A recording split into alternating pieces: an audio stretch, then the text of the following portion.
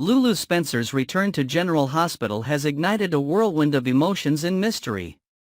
After 4 long years, the formidable Leslie Lou Spencer has finally awoken from her coma, much to the joy of her family and the fans who have missed her vibrant presence. Lulu's miraculous awakening from Turning Woods, a facility that had kept her in a deep slumber for all this time, was something only the soap gods could have orchestrated. The family reunion was nothing short of extraordinary, with Lulu stepping back into the world with a new lease on life.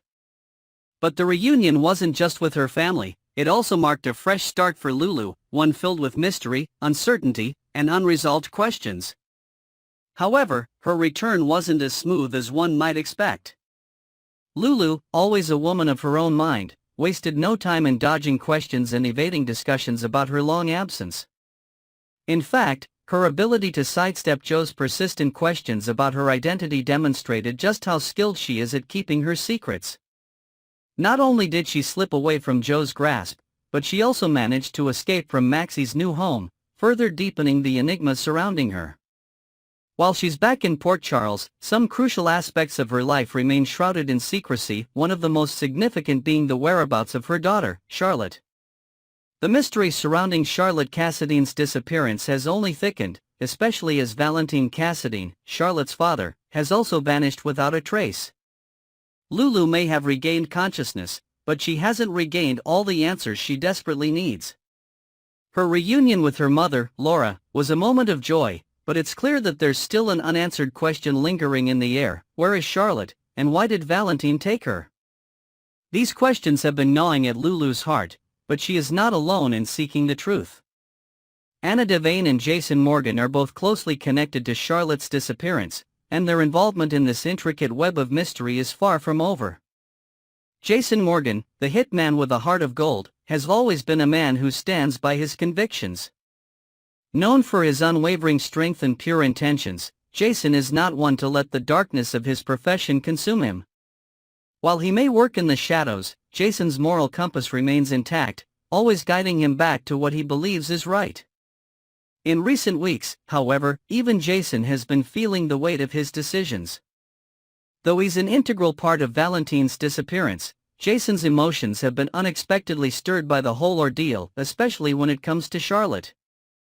Jason has long been tied to Valentine's fate, and although he helped Anna with the investigation and played a role in sending Valentine into hiding, the consequences of those actions have taken a toll on him. There's a strange sense of guilt that lingers within Jason, particularly now that he's come to realize the impact of Valentine's disappearance on his daughter. Why does Jason care so much about Charlotte? The answer is simple yet complicated. Jason, despite his profession, has always had a protective streak when it comes to children, and Charlotte, in particular, has found a soft spot in his heart. This personal investment in her safety makes Jason's guilt even more palpable. Jason's unease isn't the only one at play. Anna Devane, a woman who has lived through countless tragedies, is also deeply affected by Valentine's disappearance. She's long been tied to the Cassadine family, both by blood and circumstance, and her connection to Charlotte is no less significant. While Jason has made his peace with his role in sending Valentine packing, Anna's perspective is more nuanced. She wants answers just as much as Lulu, and together, they find themselves locked in a battle of uncertainty and suspense. As the investigation continues to unfold, Jason finds himself in a unique position. He's one of the few who might have answers for Lulu. But despite his deep involvement in the disappearance, he doesn't have all the details. As the mystery deepens, Lulu, Jason, and Anna will have to navigate the complexities of Valentine's disappearance, as well as the fate of Charlotte. Will Jason finally be able to offer Lulu the answers she seeks, or will the truth remain elusive? The stakes have never been higher for Jason, as the ripple effects of Valentine and Charlotte's vanishing act continue to impact everyone around them. As the drama builds, the questions surrounding Valentine's motives and Charlotte's safety grow ever more urgent. Jason Morgan, the seemingly invincible hitman, now finds himself caught between his duties, his guilt, and his desire to do what's right. While General Hospital fans continue to tune in, one thing remains clear: the search for answers is far from over, and the path to the truth is filled with danger, suspense, and unexpected twists. In a surprising turn of events, Dante Falconeri finds himself sitting down with none other than Sonny Corinthos, discussing the emotional fallout of Lulu Spencer's long-awaited awakening. The reunion has been a bittersweet moment for Dante, who, while happy to see his wife return to him after all these years, is still grappling with the deep grief of losing Sam McCall. Sonny, ever the family patriarch, recognizes the complexity of Dante's feelings and the challenge of reconciling the joy of Lulu's return with the weight of his mourning. As Sonny offers his sage advice to Dante, he reminds him that grief can be a long and unpredictable journey, one that doesn't always adhere to a linear timeline. But Sonny also understands that Dante needs time to process the mix of emotions he's feeling: joy for Lulu, sorrow for Sam, and provides the support Dante needs to navigate this challenging phase of his life. Meanwhile, the tension surrounding Charlotte Cassadine's disappearance continues to escalate. The Cassadine family's fate is intertwined with that of Valentine, who has managed to evade capture, leaving many wondering where he has hidden himself and his daughter. The news that Lulu is now awake has set in motion a fresh wave of urgency, especially for those closest to her. Carly Spencer, feeling the weight of the situation, will soon be summoned by Anna Devane. With Lulu's return, Anna is hopeful that Charlotte's safe return is within reach. However, the road ahead is complicated by Valentine's clever maneuvering, as he remains elusive in his efforts to protect his daughter. Anna will share her theory with Carly that Jack Brennan, the shady operative, has been playing a pivotal role in Valentine's disappearance, possibly helping him escape and conceal his whereabouts. Carly, ever the problem solver, knows that time is running out, and if she has any chance of reuniting Charlotte with her mother, she has to act quickly. Anna will suggest a bold move, one that might carry significant risks, planting a bug on Brennan to get to the heart of the operation. Carly, hesitant yet determined, agrees to the plan. In the world of Port Charles, where allegiances shift like sand, this daring tactic could be their best shot at uncovering the truth and ensuring that Charlotte is brought home. On the other side of town, Jason Morgan is also working tirelessly to resolve the Charlotte situation. A man who usually operates in the shadows, Jason has long been a key player in the efforts to locate Valentine. But his current strategy takes a different approach. Jason will offer Valentine an incentive, hoping that this might be the catalyst needed to bring the elusive Cassadine patriarch and his daughter back to Port Charles. In Brennan's office, Jason will press the point further, offering Valentine an out, a chance for the Cassadine father to make a deal that benefits all parties. Jason's words are firm, laced with urgency, as he tries to negotiate an agreement that will bring Valentine to his senses. But there's a catch: Brennan, ever the wild card, might already have plans of his own. As Jason presents his case, Brennan, seemingly unbothered by the high stakes, will insist that the answer to their prayers has already walked in the door. The question on everyone's mind is, who is Brennan referring to? Could he be talking about Carly, whose secretive move to plant a listening device might be exactly what the operation needs? Or is Brennan talking about Valentine and Charlotte's potential return? As the game of cat and mouse continues, the lines between allies and enemies blur, and the mystery of Charlotte's whereabouts grows ever more complex. Meanwhile, closer to the heart of Port Charles, a different but equally significant drama unfolds. Isaiah Gannon, fresh off his decision to accept a full-time position at General Hospital, finds himself at a crossroads with Jordan Ashford. While Jordan is excited by the prospect of Isaiah sticking around and becoming a permanent fixture in Port Charles, she has some reservations about the terms of his employment. The negotiation between the two will prove to be a tense one, with Jordan pushing back against certain aspects of the contract that she feels might not be in Isaiah's best interest. Despite the excitement that comes with having Isaiah around, it's clear that Jordan wants to ensure that every detail is addressed properly, especially as they both navigate the complexities of their personal and professional lives. This brings us to Curtis Ashford, who will play a crucial role in helping his son TJ work through the deep emotions he is struggling with. Curtis, ever the voice of reason, will offer TJ some much-needed advice as he watches his son wrestle with anger and unresolved grief following the tragic loss of his baby girl. Curtis understands that TJ's pain is not something that can be easily fixed, but he will remind him not to let his emotions trap him in a space from which he cannot escape. Curtis knows that TJ is holding onto his rage, especially with the strain it's placing on his relationship with Molly Lansing Davis, and he will encourage him to work through his feelings in a healthier way. As a father, Curtis wants nothing more than to see his son find peace, but he knows that healing is a long and challenging process. Amidst this, Molly Lansing Davis, in her own struggle, will turn to her mother, Alexis Davis, for support. Molly's confession will reveal the depth of her internal conflict. While she's doing everything she can to stay busy and keep her life moving forward, she knows that this constant motion is simply a way to avoid dealing with the painful reality of her situation. She'll admit that if she were to stop, the grief would consume her, and she fears that she might fall apart. Alexis, ever the wise and steady presence in Molly's life, will do her best to understand and offer comfort, but it's clear that this is a difficult time for the entire Ashford family. The path ahead will not be easy, but the love and support they offer each other will be what ultimately helps them through their darkest days. As the week unfolds in Port Charles, each of these storylines will continue to weave together, creating a tapestry of intrigue, suspense, and deep emotional turmoil. The residents of General Hospital are all dealing with personal battles, but one thing is certain: they will continue to face their challenges head-on, with the help of those who love them. The tension between Cyrus Renaud and Laura Spencer has escalated to new heights, and the soap world is bracing itself for what's to come. While their relationship had seemed to be on a tentative path of reconciliation after Cyrus was released from prison, the dark cloud of his past criminal behavior has always loomed over any hopes for peace. Laura, ever the optimist when it comes to family, genuinely wanted to believe that her half-brother had turned a new leaf. Yet, his past, a litany of heinous crimes and shady dealings, made it difficult to fully trust his supposed transformation. Even with her best intentions to extend a hand of grace, Laura couldn't shake the fear that Cyrus might once again prove to be a threat, not just to her, but to everyone she loved.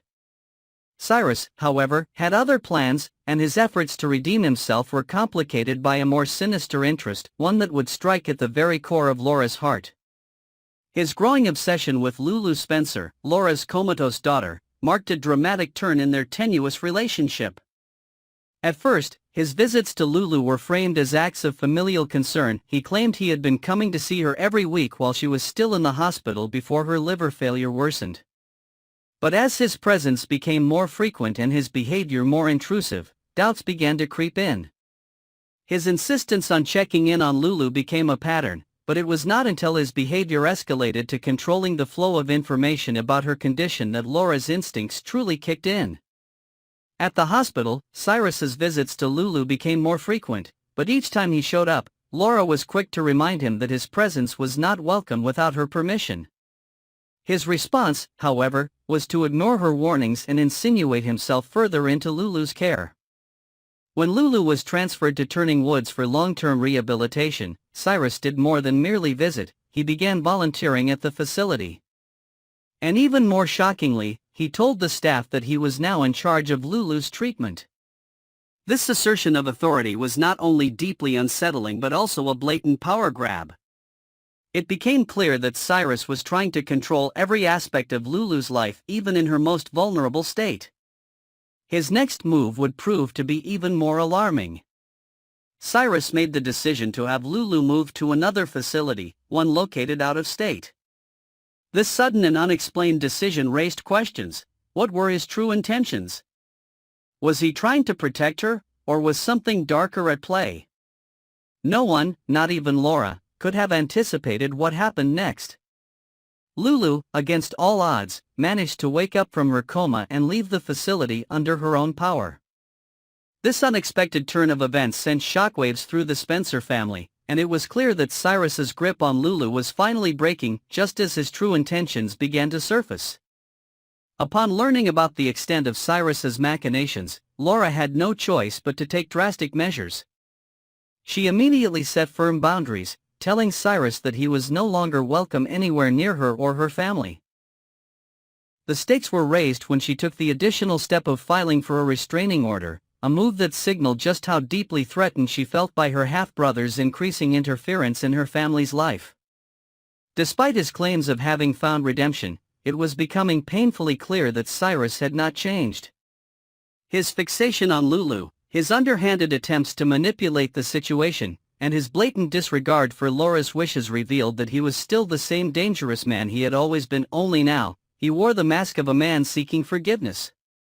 Yet, in Cyrus's mind, the problem was not his actions, but Laura's inability to see the good in him. He felt wronged, rejected by the very family he was trying to insert himself into. This sense of injustice, compounded by his egotistical belief that he had done nothing wrong, set the stage for an even more volatile confrontation. Cyrus's growing resentment would no longer be hidden behind the veil of attempted redemption, it would burst forth with a vengeance. The question on everyone's lips was no longer whether Cyrus had truly reformed, but rather how far he was willing to go to make Laura and the rest of her family pay for their rejection of him. As tensions reach a boiling point, Cyrus is poised to declare war on the Spencer family. His vendetta, born from a mix of entitlement and vengeance, could lead to devastating consequences. With his long history of manipulation and violence, there's a real possibility that his retribution will leave the Spencer family forever altered. The question that lingers now is not whether Cyrus will retaliate, but who will be hurt, or worse, in the crossfire of his wrath. Will Lulu's escape and Cyrus's obsession drive him to commit further atrocities? And can Laura and her family ever truly escape the shadow of his vengeance?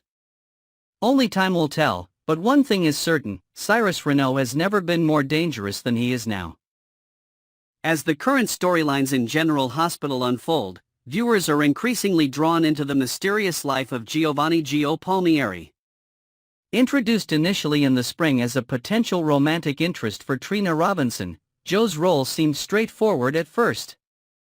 However, as the story has progressed, fans can't shake the feeling that Joe's presence in Port Charles is much more complex than it initially appeared. His backstory, motivations, and connections have all raised eyebrows, and now it seems that Gio may be hiding a secret that could change everything for the characters around him. The notion that Gio is not who he claims to be has been circulating for some time now, with many wondering whether his so-called Bensonhurst parents are actually his biological parents. This theory gains weight when considering a particular conversation from months ago between Carly Spencer and Dante Falconeri. What initially appeared to be a simple disagreement soon turned into a significant history lesson, as Dante lashed out at Carly for pretending to love Lulu Spencer. He accused her of being responsible for tearing apart his relationship with Lulu years ago, and this confrontation highlighted some uncomfortable truths about Carly's past manipulations. In this heated exchange, Dante took the opportunity to remind Carly of a particular scandalous event from the past, how Carly had once paid Brooklyn Quartermain Chase to drug Dante and then seduce him. Although Brooklyn denied any wrongdoing at the time, the seeds of doubt were planted. Could it be possible that GH, known for its penchant for rewriting history, might revisit this story and reveal that Brooklyn and Dante's interactions were more than just a failed scheme? What if, in reality, they had slept together, and what if that moment led to an off-screen pregnancy, with Brooklyn giving up the child for adoption? If this theory holds any weight, it would explain a lot. Brooklyn's mother, Lois, has always been portrayed as fiercely protective of her daughter, and it's not hard to imagine her helping Brooklyn through such a traumatic experience. Lois could very well have been the one to help place the child in an adoptive family, and that family could very well be Joe's. After all, it has been suggested that Joe's adoptive parents are hiding something about his true origins. Could they be the ones who have kept the secret of his parentage all these years, perhaps even with Sonny Corinthos in the loop?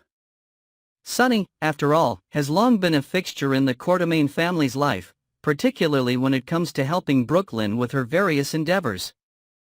Over the years, Sonny has ensured that Joe's education and extracurricular activities, like his expensive violin lessons, have been covered.